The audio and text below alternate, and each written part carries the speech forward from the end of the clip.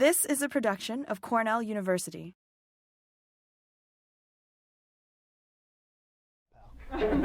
Okay, without any further ado, I'm here to tell you a couple of things.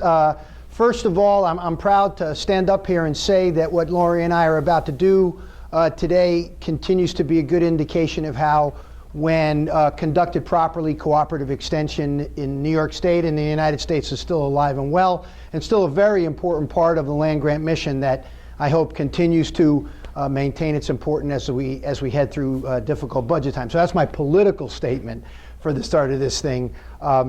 My personal statement is it's always wonderful to have colleagues like Lori who are make for a wonderful partnership where we know there's a need, we identify the way we want to approach it, we identify the behaviors we want to change, and we go after it and do it in very classic cooperative extension fashion. So that's the message for today. You have to wonder what you all do with yourselves coming out to listen to a lawn talk on a day like this, but we're glad you're here nevertheless. Why do, lawns? Why, what is it doing here? Why do I care about it? I don't understand. We should completely get rid of these things. And the fact is, lawns both cover a lot of grass, a lot of land. This is from Molesi of 2007. He did some spectral work from a NASA satellite. And you can see the land cover. It's, I think it's about 30. I'm not even sure exactly the land coverage, but you can see that it tends to be focused around urban areas. It has enormous economic value. It's an $85 billion industry nationally, and lawns make up 65% of that economic value. So golf and sports and sod, all the other things account for the other 35% nationally. In New York State, we did a survey back in 2003, so that's fairly dated now, but at that time, it was a $5 billion industry, and in New York, about 75% of the economic value came from people buying stuff for their lawns. Not hiring a service, but buying things for their lawns. Equipment, fertilizers, pesticides, seed, services. Because we don't have a farm gate value, the NAS did the stats. They did it for us in 2003 based on the way we projected the amount of money people spend on lawns. So we have a lot of lawns. So why do we have lawns? Why do we need lawns? And we need lawns because we do this to where we have lawns. When you have a high percentage of impervious surface, you have enormous impacts on the way water, for example, will move through that system. So it then heightens the importance of these vegetated green spaces. And I'm arguing a particular part of it we can see from this slide is lawns. And so how do we view the lawn as something that helps us, or at least recognize, as the people in the Chesapeake Bay area have recognized, that this is a significant land use that may not serve a purpose out here to have it doing the things we do with it in urban areas in Nebraska. But in areas where we have a lot of pavement, it makes a lot of sense to have something to mitigate the problems that the pavement causes. Very good. So we know lawns are everywhere. There's a lot of impervious surface. We also know that the climate is changing dramatically, right? The climate is changing. Anybody that works in growing something recognizes that this is some data from 2011 from NOAA. And at that time, they were keeping weather records for 117 years.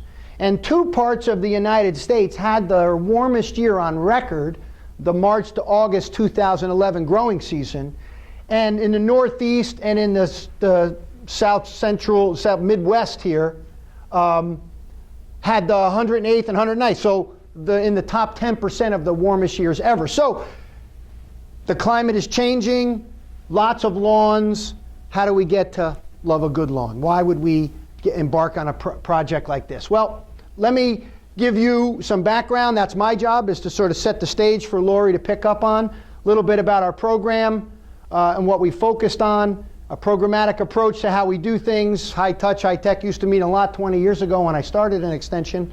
Doesn't mean as much now, but I want to show you we've come through the ranks on thinking like that in extension. We've had some good scholarship and, of course, measuring impact.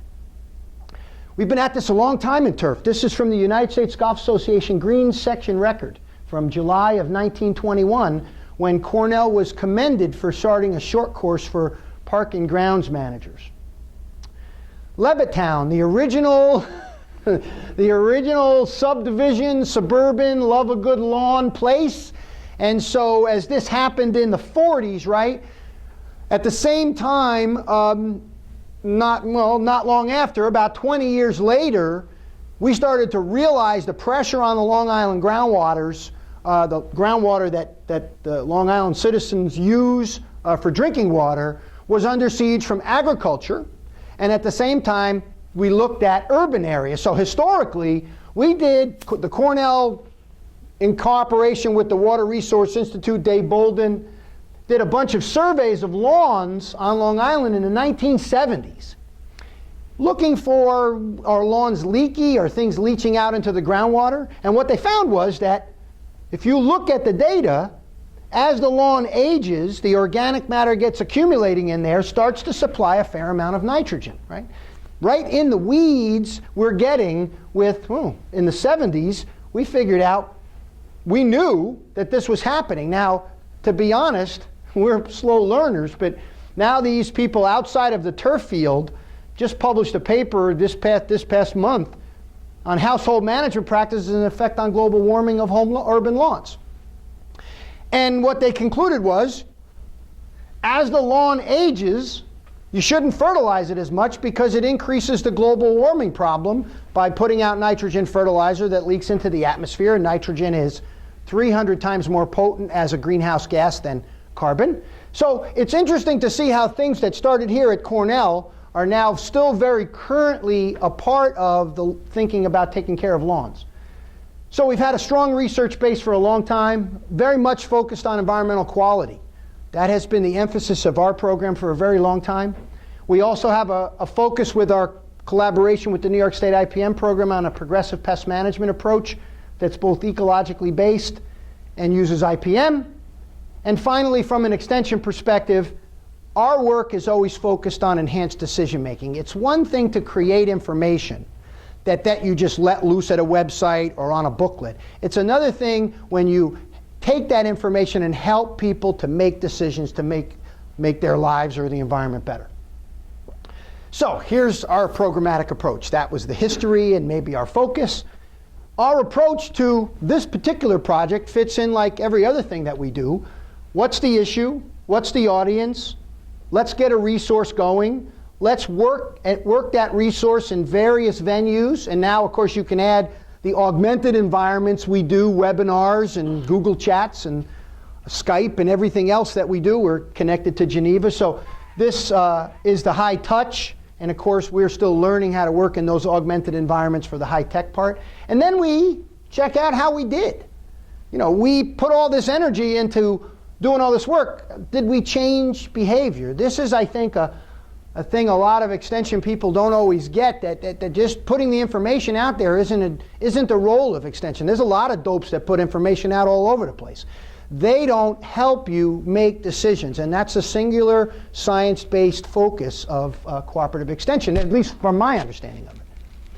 So, an issue closer to lawns as environmental assets was when I got here in 1996. We had just signed the New York City Watershed Agreement. I sat on a governor's panel with particularly protecting the resources on the east of Hudson the urban watershed that's the east of Hudson, and primarily phosphorus loading. Now Marty Petrovic and I did a bunch of work over the years looking at leaching and runoff of different compounds. So we had the research.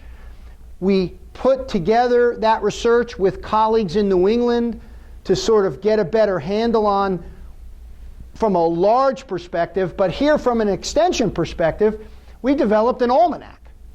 We looked at lawn care and water quality in a calendar format. So it was January, you opened it, you could look, see what should I be doing in January? What are the kinds of things, if I want to have a good lawn and protect water quality, what are the kinds of things you can do? So we then did a bunch of training for several years with this almanac that's got to be 18 years old now. And when we went back and surveyed how effective we were from the money we got from the New York City watershed, 40% of those we educated this went out and soil tested for phosphorus. We said to them, 90% of the lawns east of Hudson don't need supplementary phosphorus.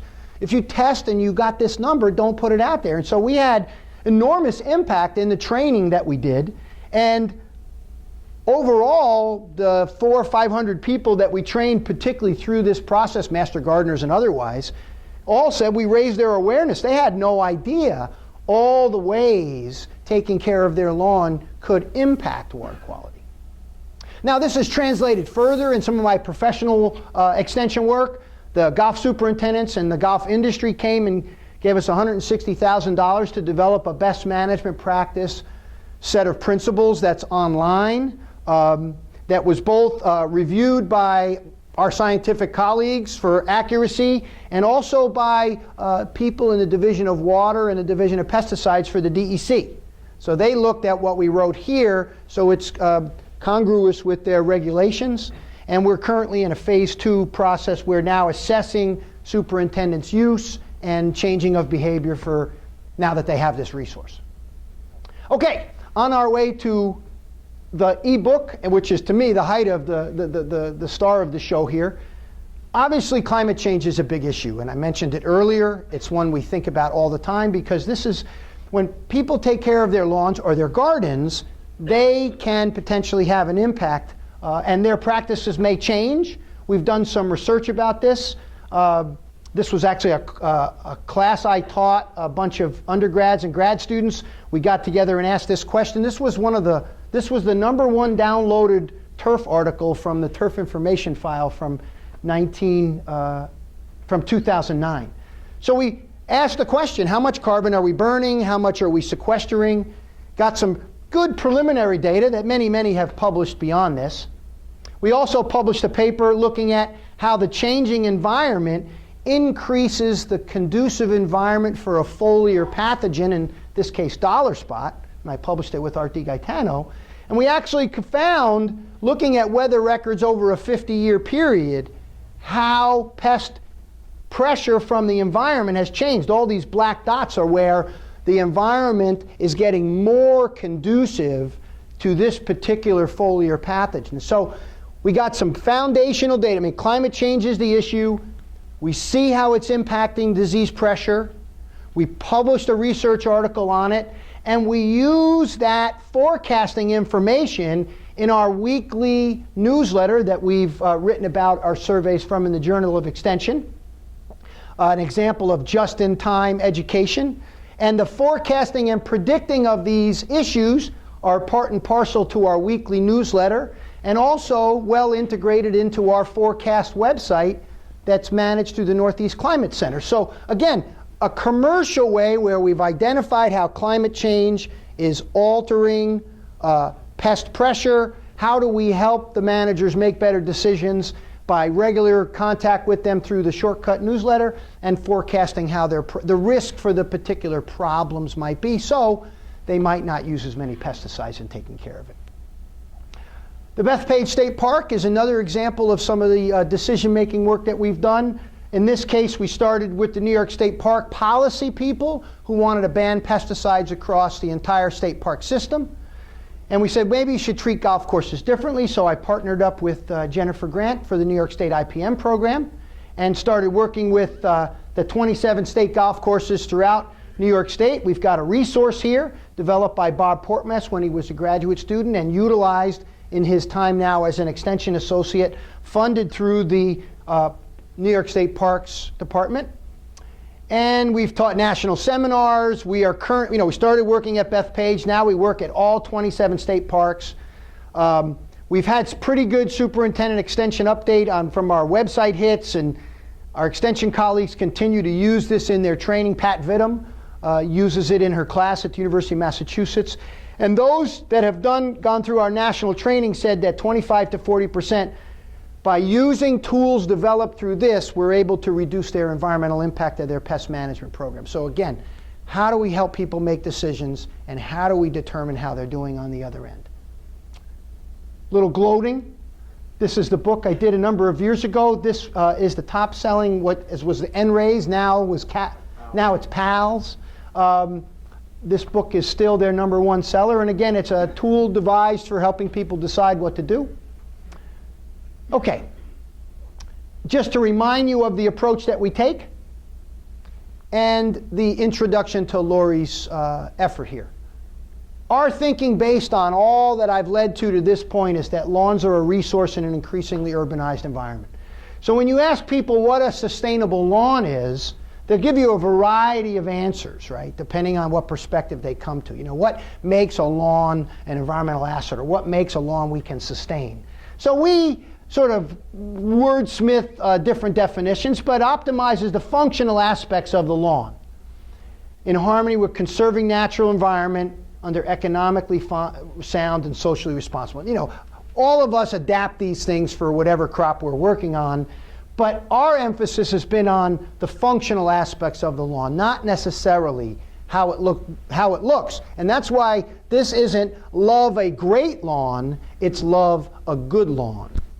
Now, why do this? Well, the Gallup poll people when you ask the degree to which Americans worry about environmental problems, this is from 2008 or 9, I think, and you can see that how many worry about these particular environmental problems, water pollution, drinking water pollution.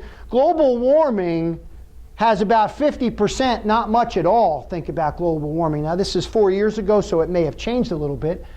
But the point I'm building to is environmental actions in the U.S., there's been little increase in general in environmental action. Most people, the biggest thing they do is recycle. Across the board, the biggest thing they do is recycle. Now, the challenge we face in getting people to look at lawns as an environmental asset is very much tied to the economy.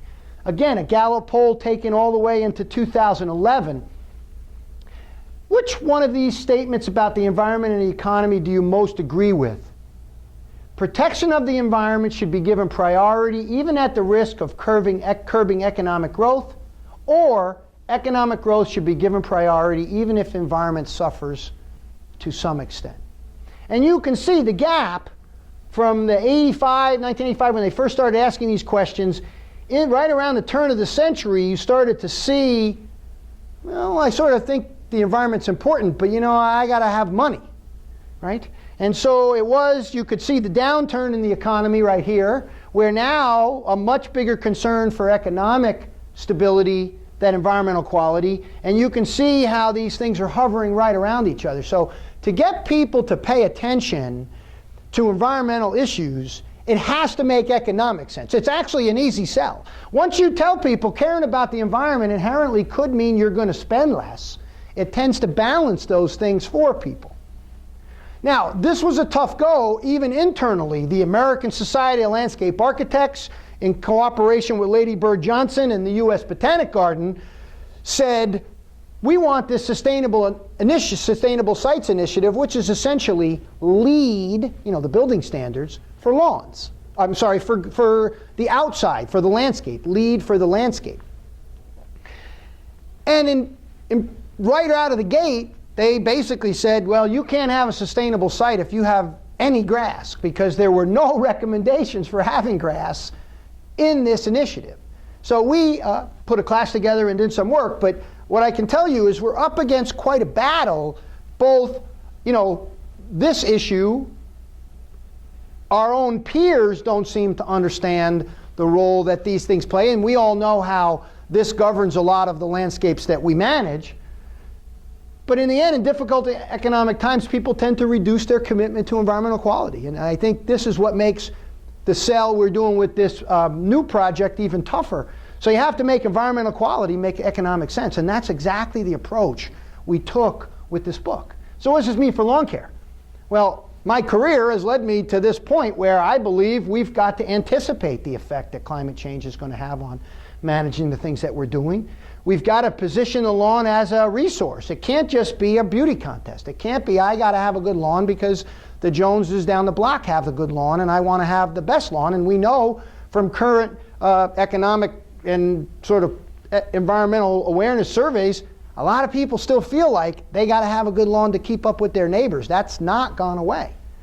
And we must adopt a progressive approach that balances cost, look, and function, and that is where we get this wonderful resource now that capitalizes on a lot of the things that I've talked about in the past, but now really utilizes that technology in a really meaningful way. And, you know, not like it's any great deal, people make iBooks, but for us, this is leading edge in some of the cooperative extension stuff that we see. So without any further ado, I'm going to transfer just 2 minutes past, to my colleague Lori. Spend a few more minutes on a few more slides, and then I'm going to show you sections of the iBook. So as Frank alluded to, several reasons why it was a top priority to think about lawn care for him. And for me, equally, I was thinking about why should I care about lawn care. And with our garden-based learning program, certainly thinking about how people are environmental stewards is a top priority. So that was an easy sell for me. The several other reasons are that there are 2.8 million acres of home lawns in New York State alone. So what people do with their lawns really makes it matters. So that was another compelling reason. And also in Cornell Cooperative Extension around the state, we have county offices. And our county offices report, they get phone calls from the public, and they report that 50% of their calls related to gardening and lawn care, 50% of them are lawn care.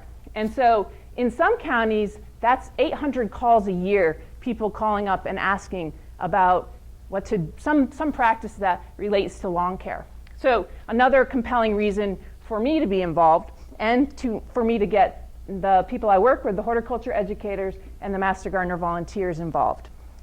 And then certainly Frank relayed lots of research and new information that's coming out about lawns and how lawns are an environmental asset, as well as some new regulations. He didn't touch on some of the new regulations, but there's some new regulations out there as well. So another reason why we want those cooperative extension educators and Master Gardener volunteers to be aware of the best management practices that are based on research-based information.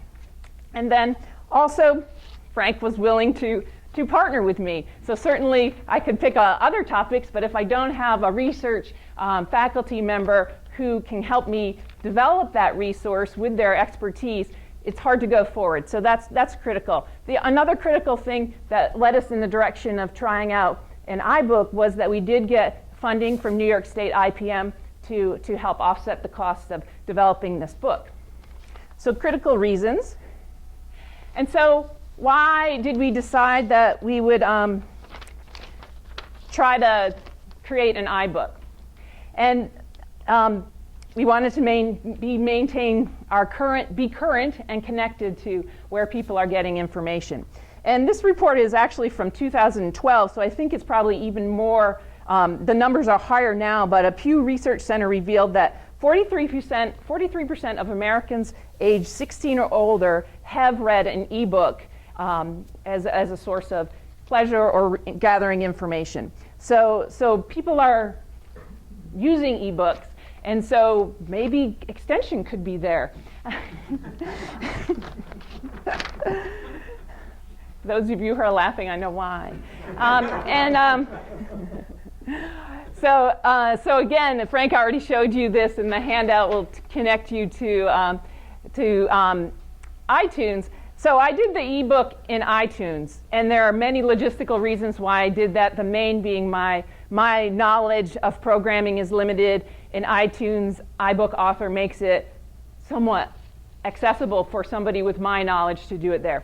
I will not tell you it was easy, but I couldn't do it in a different format. But they made it slightly easy. So in order to get to the iBook, which can only be viewed on a Mac, smartphone, or a Mac laptop that has iBook on it. So it has some limits that way, or an iPad. But if you go into iTunes and you search under lawn care, you get like this many books. And none of them are backed with research-based information, and I'll tell you how exciting some of them are.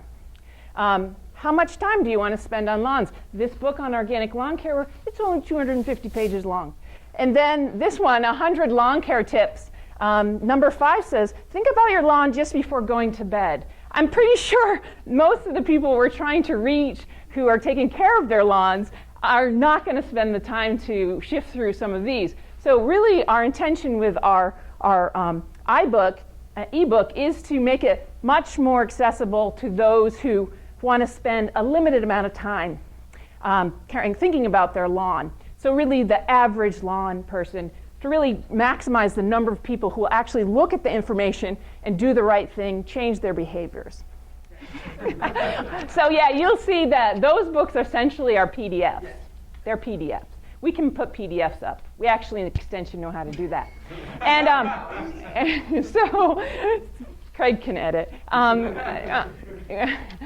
But this iBook, I'll show you some clips from it. And the intention was to keep the text limited. And you can see it's actually only 45 pages long. And if no one read beyond page 12, most people would be doing the right, and did what was in the first 12 pages, they'd be doing the right thing. So beyond those first 12 pages are just like bonuses for the people who are geeking out about their lawns.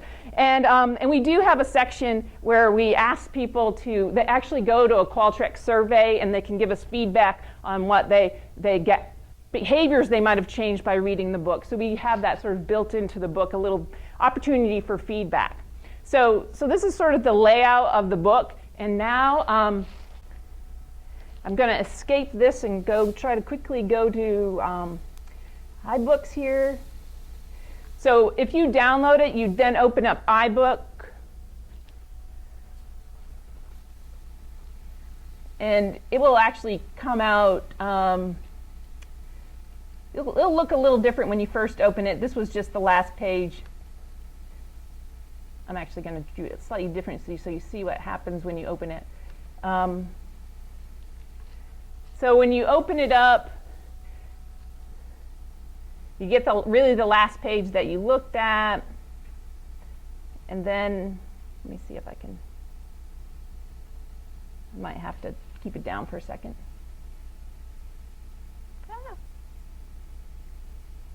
I just wanted to show you the table of contents.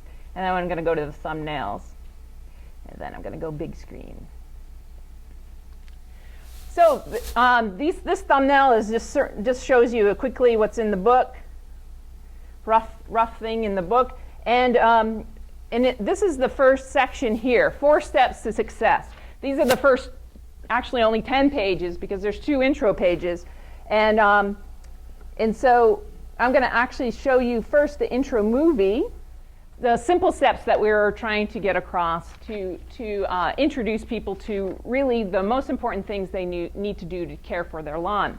And so we have a number of these videos. All of them are less than, most of them are about a minute long. Some are, the longest one is 3 minutes, but most of them are quick. And the whole,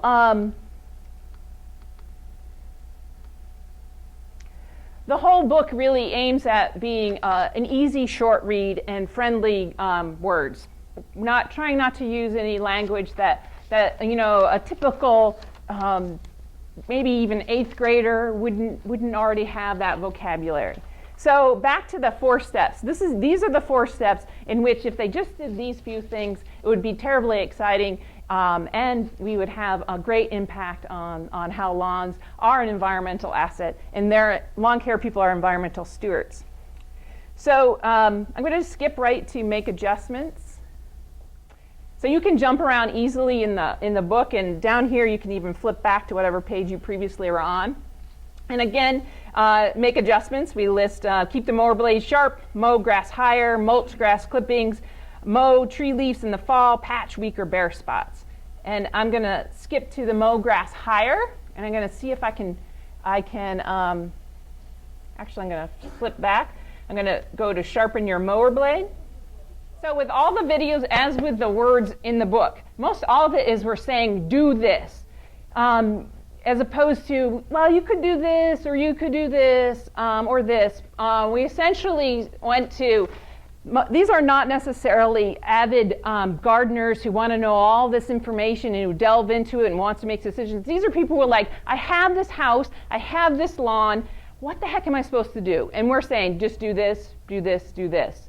And just trying to address that audience who don't want a whole bunch of options. They just, no, what can I do to do the right thing? And so all of the videos really focus on just do it this way. Right, and so as Frank mentioned, all of these videos were filmed and edited by professionals. So we didn't make these. We might have structured how they would come out, but we didn't make them. So again, I'm sort of going to flip through the first 10 pages. Do less, skip spring feeding. Oh, and I should also say all of our images. So all of our images we had to, because it was out there in iTunes, all of our images had to have been our images. But I also must tell you, I found great images on Flickr. And if you go to those that allow you to use them with recognition, got great images on launch on Flickr. I know everybody's looking for those. And then, so this is really page 11. And this is also a very short video. But that was the sort of bulk of the content that we want people to focus on. And you can always go back up to either the thumbnails or the table of contents and flip through the book some more. I'll just show you advanced care just to highlight what we have in advanced care, and feeding, which is what lots of people think of fertilizing as feeding. We consider that in the advanced care section. It's not really part of those first 11 pages that really mostly we want people to use a sharp mower blade. And if everyone did that, the fuel consumption that would be saved would be great. And I will show you again even information about insect pests and weeds is in the advanced care. I'm going to see if it'll go to the insect section for us. Maybe. Oh, just a little sluggish. So in the insect section, we actually, throughout the book, I have a number of galleries, photo galleries, which you can embed in the book. And so you can add content that way, as well as this interactive image. And you can flick on it and get some additional information. And again, you can, very easy to flip through the book this way. People can quickly find something that, oh, I wanted to know about that. And as I said, all the way back, I have a place where you can share feedback. And that's where I want to mention that we haven't really launched this book because we finished it up, and the lawn care season is a little under the weather right now. So people aren't really thinking about lawns, but we plan to launch it this spring, and we've done a sort of a soft launch, but we will fully launch it and hopefully get some good press and some sending it out to those people we want to take a look at it and get some feedback. But even though we haven't really sent it out to a wide selection of people, I have actually had people click on the yes, that this book was helpful. And the exciting thing was that the things that they say they were going to change, so that goes to 2 questions, and it asks if you're going to change any behavior. And 3 responses I got was, I'm going to change how I fertilize. I'm going to remove the high spots in my lawn so I don't scalp my lawn. And then I'm going to stay on keeping my mower blade sharp. So already the indications from those few people are like, okay, they're getting it. They're getting the message, because maybe we're keeping it simple enough. We're not giving them too much information. Very few people would sit through Frank's 20 brief minutes about lawn care, and you guys are very polite.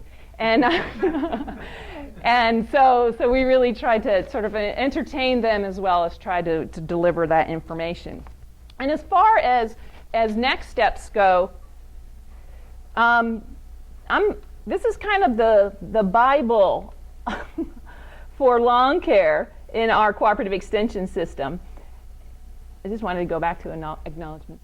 And so but I have the opportunity to take this and make easy updates. You might see that it's already version 1.1 because I already found things that I needed to update. So it's easy enough for Frank to feed me information, and then I can make updates in the text. And those people who already downloaded the book can then will get notice that it's been updated. So that's pretty easy to do. And what we can also do is we have about 7 videos in there. If we get additional resources, we can change some of the text to add more videos that we didn't have the resources to produce any more than 7. So one of those might be related to the under what circumstances should you be mulching leaves, or what conditions, because there are some municipalities who thought that leaf mulching, requiring everyone to mulch their leaves, would be a wonderful way to save money. But there are circumstances under which they won't mulch well and people won't like it.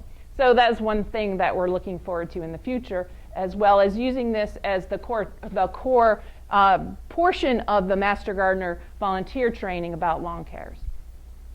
So with that, we have about 5 more minutes. Maybe take some questions or comments. Great.